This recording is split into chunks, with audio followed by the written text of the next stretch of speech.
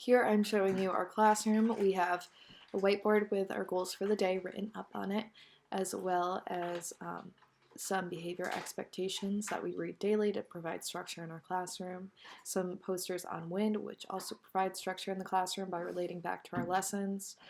We also have tape, pens, pencils, paper, anything that would be needed in an ordinary classroom. Today I'm here to introduce our chosen student. His name is Johnny. He will be our third grader that we will be working with today on our lesson. So we're going to start off our morning as we do every morning by structuring our classroom. We do this by going over our goals for the day, which relate to our lessons, as well as going over our behavior expectations and proper behavior in the classroom. So our goals for the day include learning about wind, preparing for our quiz, and finding one article about wind. All right, time to move on to our behavior expectations. So our behavior expectations are respect, on task, achieve, and responsible.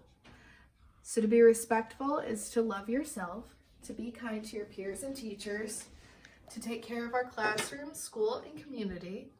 To be on task is to follow directions, be aware of your peers' personal space, and maintain a positive attitude in the classroom.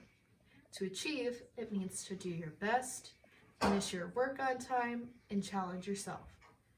To be responsible means to keep your desk and belongings organized, be accountable for yourself and your behavior, and have your behavior match with the environment you are in.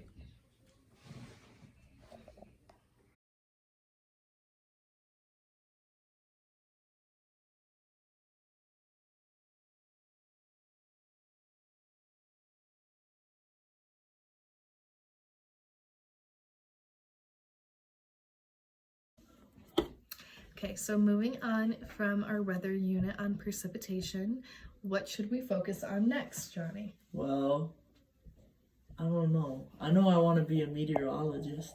That's really cool. That's very interesting. What a great career aspiration to have. So what do you want to learn? We did precipitation, which included rain and snow. We could also talk about sunny days, wind. There's lots of different things. I think I want to learn about wind. Okay, sounds like a good idea. We can do that.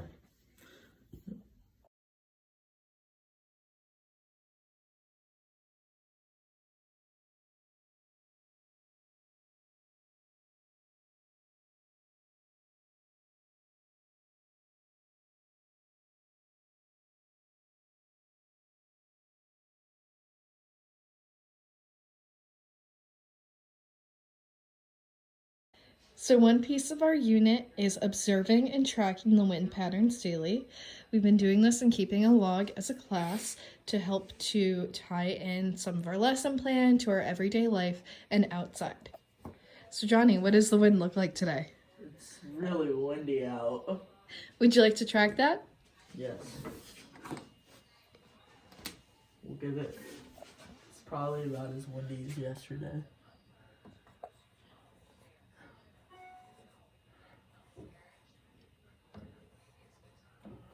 Great job. In addition to today's lesson on wind, we found an awesome learning tool online which shows the wind in our country. We really enjoyed looking at this as it's also a great addition to our lesson. Relating back to our goals for the day, we are now going to move on to trying to find one source for our upcoming article that we're going to be writing on wind. Hi Johnny, were you able to find an article for your writing assignment? Yeah, I was able to find this article by WizKids. And what did you learn from the article? The article really taught me that wind is air in motion. That's great. That goes right along with our lesson and your write-up. Our next goal that we'll be accomplishing is preparing for our upcoming quiz. We will be doing this by reading the article that was posted into our Google Classroom, which all students can view, as well as parents to support the child's learning. From rereading the article, hopefully this will support them in their studies. Johnny, how's your studying coming along? I don't get it. I can't remember any of this stuff. And why do you think you're having a hard time remembering it? Is it a study habit that doesn't work well for you? Yeah, it seems like I'm not doing this efficiently. Like, I keep on finding myself rereading the article. Let's see what we can do about that. So Johnny, write down what you remember from your reading on the board. Okay.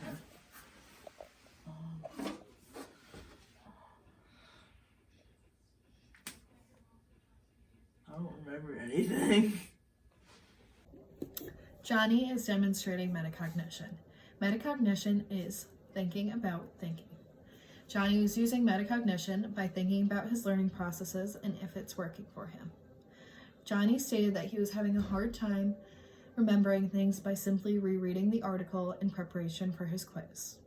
By doing this, he is showing self-analysis, which is an important piece of metacognition.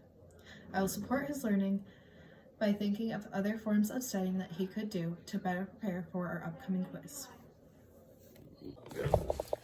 Seeing as we found that rereading isn't a useful study skill for us, let's try and develop some new study skills that we could try, Johnny. What do you think some ones that we could try would be? I think that we could try making flashcards. That's a really good idea. So let's write that down and then we'll choose flashcards. What are some other things we could do? I could speak out the article out loud.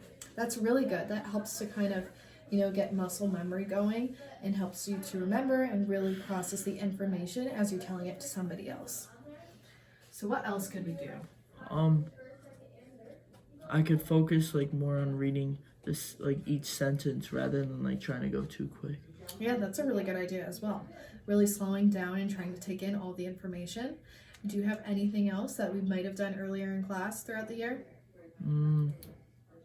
Another strategy that we learned in class this year was you could take notes on the side of each paragraph or line. Yeah, that's also a really good idea, and that's why we have our highlighters as well.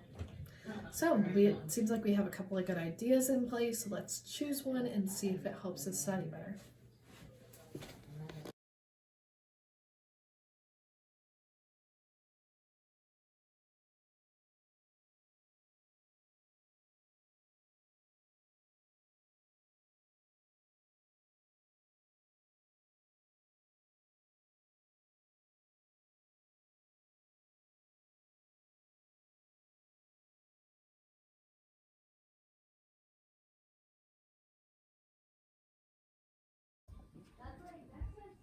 Wind.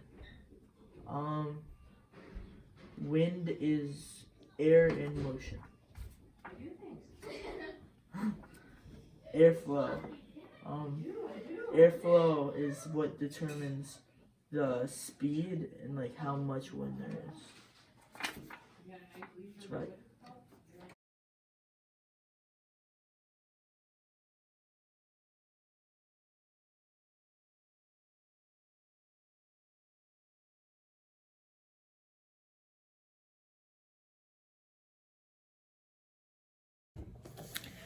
Johnny again demonstrates self-analysis by looking at his flashcard, thinking and using recall to see what he remembered, and then checking his own work against himself.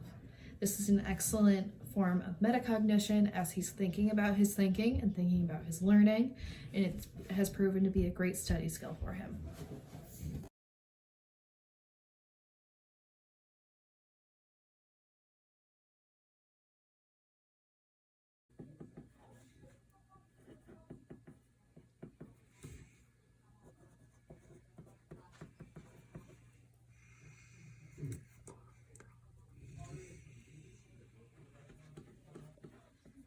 Wow, Johnny really did an excellent job on his quiz. And I'm really glad he liked it. He did awesome.